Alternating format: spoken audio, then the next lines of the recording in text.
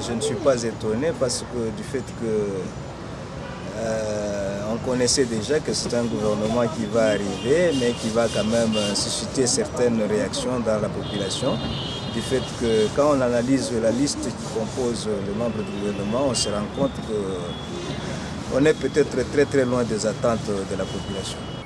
On nous parle d'un certain Boudimbo. Bon, c'est un nom dont j'ai déjà entendu parler, mais sportivement, je ne pense pas que ça puisse être la personne indiquée pour conduire la politique sportive en République démocratique du Congo par rapport aux réalités du terrain. Kaboulo, mon grand frère que j'aime beaucoup, que je vais continuer à aimer.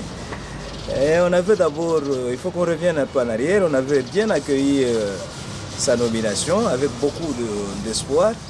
Mais quand il s'est mis à l'œuvre, sincèrement parlant, je n'ai plus reconnu mon grand frère Kaboulo Mwana Kaboulo.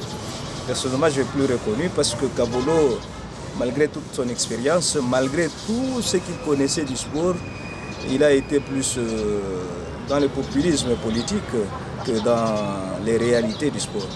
Bon, Kaboulo a été plus politique, il a choisi. Ce n'est pas parce qu'il ne savait pas ce qu'il devrait faire, mais on ne sait pas comment est-ce qu'il est arrivé à cette situation.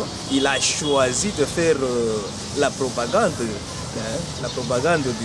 du système politique en place que de servir les sportifs.